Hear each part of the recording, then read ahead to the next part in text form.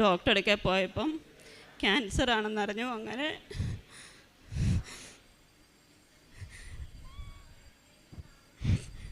ഞങ്ങൾ മെഡിക്കൽ കോളേജിൽ പോയി, കോട്ടയം മെഡിക്കൽ കോളേജിൽ പോയി. അവിടെ ചെന്നപ്പം ഡോക്ടർ പറഞ്ഞു ബ്ലാഡർ മൊത്തം എടുത്ത് കളയണം, ഒരു കിഡ്നി എടുത്ത് കളയണം എന്ന് പറഞ്ഞു. അതിന് ഏപ്രിലിൽ പോയി. അങ്ങനെ മെയ്യിൽ ഡേറ്റ് കുറിച്ച്, 7-ാം തീയതി ഡേറ്റ് കുറിച്ചു. 4th സ്റ്റേജാണെന്ന് പറഞ്ഞു.